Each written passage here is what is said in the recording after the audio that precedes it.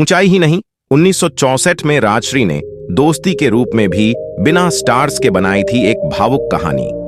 ऊंचाई से कई कई साल पहले राजश्री प्रोडक्शन ने प्यार और दोस्ती को लेकर एक म्यूजिकल ब्लॉकबस्टर बनाई थी। इस फिल्म ने तब ना सिर्फ दर्शकों का मनोरंजन किया, बल्कि कमाई के ढेरों कीर्तिमान बनाए और ना जाने कितने अवार्ड्स हासिल किए। प्यार और भावुकता में डूबी चार दोस्तों की कहानी राजश्री प्रोडक्शन की फिल्म ऊंचाई चर्चा में है। फिल्म में अमिताभ बच्चन, अनुपम खेर, बोमन ईरानी और डैनी ने दोस्तों की भूमिकाएं निभाई हैं। राजश्री बैनर की पहचान घरेलू और मूल्य आधारित फिल्में बनाने की रही है। उन्होंने अपनी इसी पहचान में सफलता के परचम लहराए हैं। वैसे चार बूढ़े दोस्तों की कहानी ऊंचाई से पहले भी राजश्री ने दो बच्चों की एक भावुक कहानी को पर्दे पर दिखाया था, जिसे तब बेशुमार प्यार मिला था। एक स्टार विहीन फिल्म की कामयाबी बेमिसाल है। दो बाल कलाकारों की मुख्य भूमिका से सजी ब्लैक एंड व्हाइट फिल्म ने उस जमाने में टिकट खिड़की पर करीब 2 करोड़ से ज्यादा का कारोबार किया था।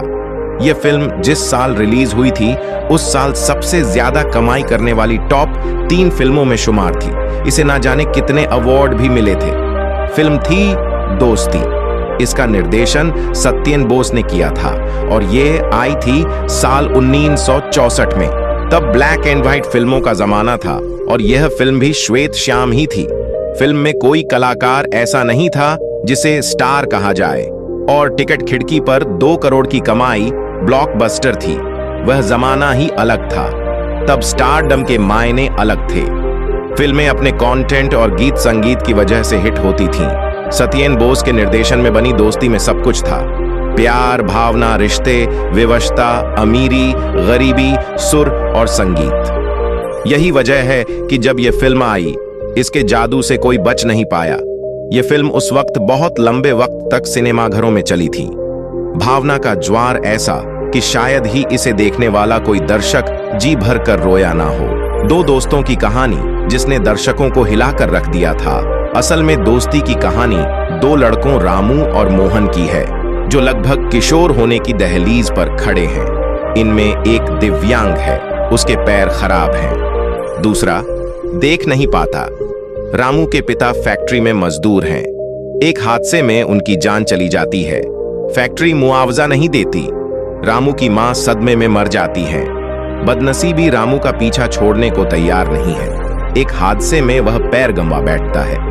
एक ठीक ठाक बचपन अनहोनियों का शिकार होकर दिव्यांग अनाथ बन जाता है। अब उसका कोई खैरख्वाह नहीं।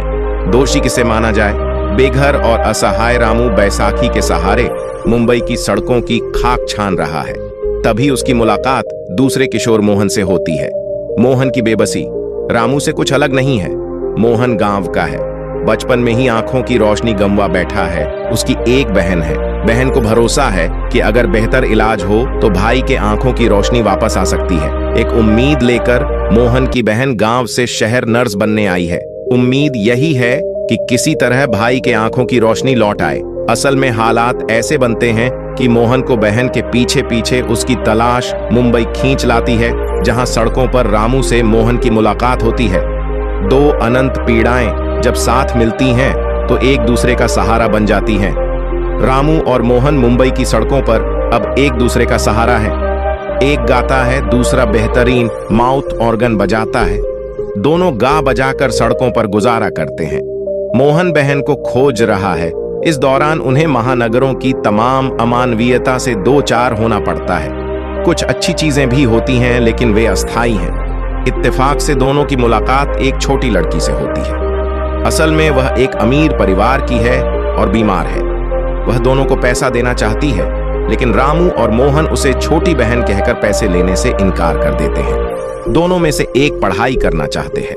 स्कूल खर्च के लिए उन्हें कुछ पैसों की जरूरत है और वह अपनी इस जरूरत के लिए मुहब्बोली बहन के पास पहुंचते हैं। मुहब्बोली बहन का भाई के किरदार में संजय खान है। संजय खान की पहचान तब स्टार की नहीं थी और असल में वह सपोर्टिंग भूमिका में ही है, जो रामू और मोहन को 5 रुपये देकर आइंदा ना आने की हिदायतें देते हैं। मजेदार ट्विस्ट तब आता है जब बीमार लड़की की नर्सिंग के लिए मोहन की बहन अमीर परिवार में पहुंचती है। इसके बाद कहानी में प्यार रिश्ते की जो भावुकता दिखती है वह दर्शकों को हिलाकर रख देती है।